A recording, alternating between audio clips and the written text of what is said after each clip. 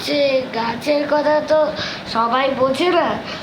গাছ যেরকম body language ব্যবহার করে, তো তো যখন তারা যেটা বোঝে না, গাছটা হয়তো কোনো আমাদের মাঝে মাঝে চাইতেও পারে কোনো ভালো জিনিস করার জন্যে, মানে কোনো সাহায্য দেবার জন্যে, কিন্তু আমরা মানে আমাদের মধ্যে যারা বোঝে না তারা হচ্ছে মানে সেই ভালো জিনিসটা তাহলে বুঝতে পারবে না, আর তাহলে হচ্ছে তার সেই ভালো জিনিসটা পাওয়া হবে না, কিংবা তার কিছু একটা খারাপ হবে তার সাথে, এরকম কিছু হতে পারে। এটা আমি যারা পৃথিবীকে বলতে চাই। আরও একটা জিনিস, যেহেতু আমরা গাছের কথা বুঝি না। হ্যাঁ আচ্ছা, অরণ্যা বলতে চাইছে, আমি যেটা বুঝলাম সেটা হচ্ছে যে অরণ্যা বলতে চাইছে যে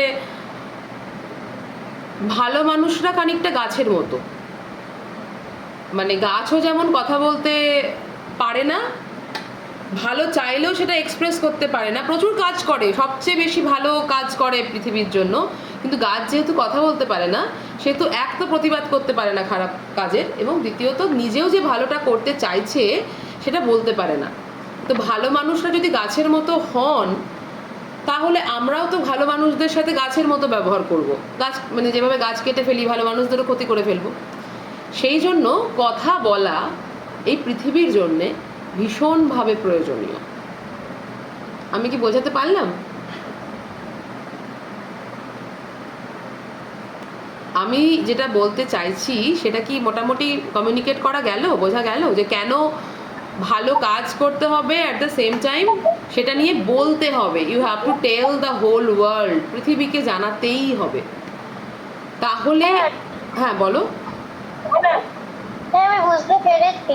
আচ্ছা, thank you and very good. আমি আর কিছু বলছি না এই বিষয়ে, কারণ তোমরা সব প্রত্যেকেই অত্যন্ত সেন্সিটিভ ইন্টেলিজেন্ট বাচ্চা, তাতে করে এর থেকে বেশি বোঝানোর প্রয়োজন নেই।